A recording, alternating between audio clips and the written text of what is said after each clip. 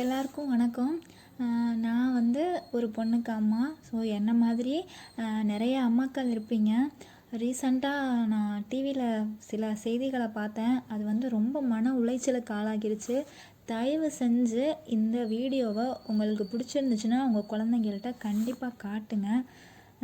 இது வந்து ஒரு சப்ஸ்கிரைப் பண்ணுறதுக்கோ லைக் பண்ணுறதுக்கோ அந்த மாதிரி நோக்கத்தில் எடுத்தது கிடையாது. கண்டிப்பாக எல்லா குழந்தைங்களும் என்னோடய குழந்தைங்க மாதிரி தான். ஸோ எல்லோரும் கவனமாக பார்த்துக்கோங்க. சொல்லி கொடுங்க எப்படி நம்ம நடந்துக்கணும் அப்படின்னு குழந்தைங்களுக்கு இப்போத்துலேருந்தே ஃபீட் பண்ணுங்கள். சாராவும் வந்திருக்கா. நாங்கள் 2 பேரும் சேர்ந்து தான் எங்களோட பசங்களுக்கு கொஞ்சம் சிம்பிளாக டீச் பண்ண போகிறோம். தயவு செஞ்சு உங்களுக்கு விருப்பம் இருந்தால் வீடியோவை குழந்தைங்கக்கிட்ட காமிங்க, சரிங்களா? உங்களை மாதிரி நானும் ஒரு அம்மா, எல்லோரும் என் குழந்தைங்க.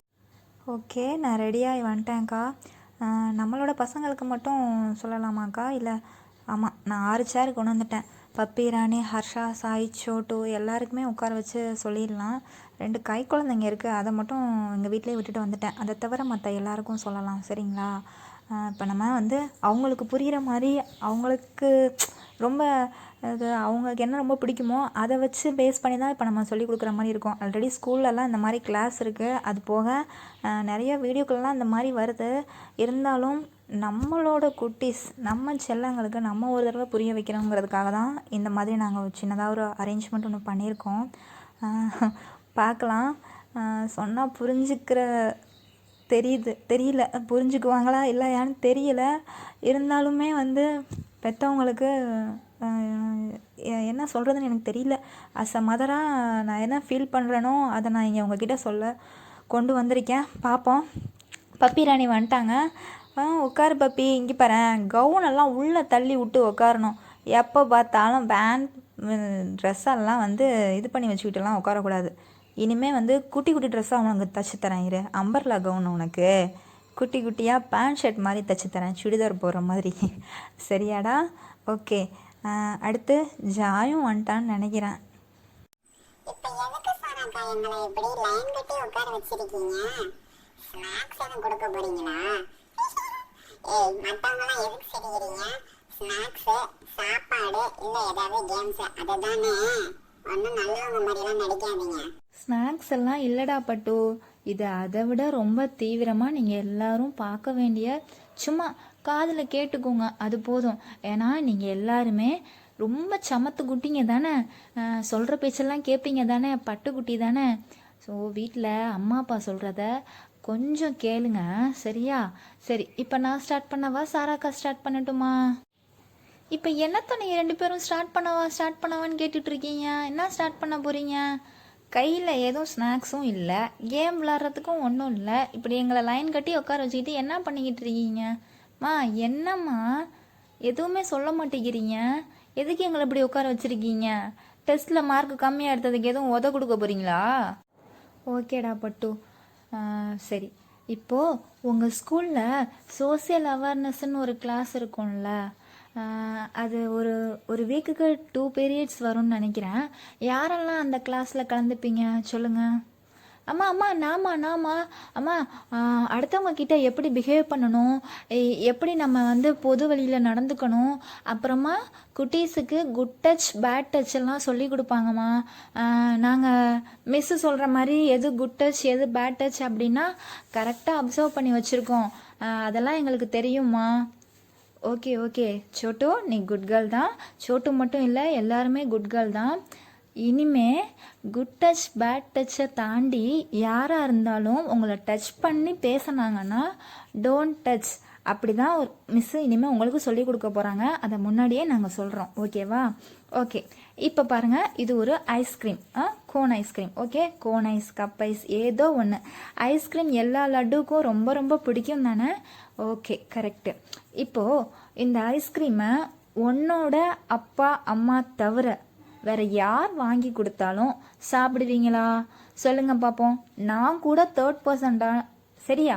உங்களோட அம்மா அப்பா அவங்கள தவிர வேறு யாரும் வாங்கி கொடுத்தா சாப்பிடலாமா சாப்பிடக்கூடாதா? ஜாய் சாராக்கா, என்ன இது கேள்வி? ஐஸ்கிரீம் தானே, யார் வாங்கி கொடுத்தா என்ன? நமக்கு தேவை ஐஸ்கிரீமும் சில்னஸ் தானே, அது நம்ம சாப்பிடுக்க வேண்டியதானே. இவங்க தான் வாங்கி கொடுக்கணும், அவங்க தான் வாங்கி கொடுக்கணும் அப்படிலாம் ஒன்றும் கிடையாது இல்ல. ஐஸ்கிரீம் யார் வாங்கி கொடுத்தாலும் நான் நல்லா சாப்பிடுவேன்ப்பா. ஏன் உங்க யாருக்கும் ஐஸ்கிரீம் பிடிக்காதா? வாயை திறந்து சொல்லுங்க. ஐஸ்கிரீம், ஸ்வீட்டு, சாக்லேட்டு யார் வாங்கி கொடுத்தா என்ன, நல்லா தானே இருக்கும்.